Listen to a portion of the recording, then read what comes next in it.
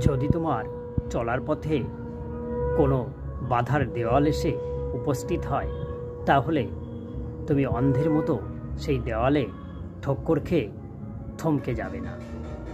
তুমি চেষ্টা করবে কোন উপায়ে ওই দেওয়ালকে টপকানো যায় সেটা নিয়ে পরিকল্পনা তৈরি করতে।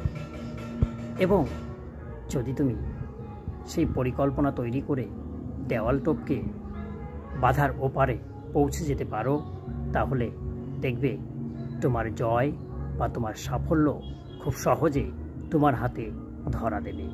আর যদি ওই বাধার দেওয়ালে ঠক্কর খেয়ে অন্ধের মতো তুমি ফিরে আসো, তাহলে জীবনেও কখনো তুমি সাফল্যের কাছাকাছিও পৌঁছাতে পারবে না।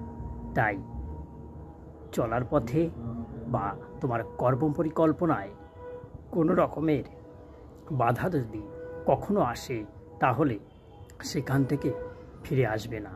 তুমি নতুন উদ্যমে ওই বাধাকে অতিক্রম করার কথা চিন্তা করে সেই পরিকল্পনা রচনা করে এগিয়ে যাবে।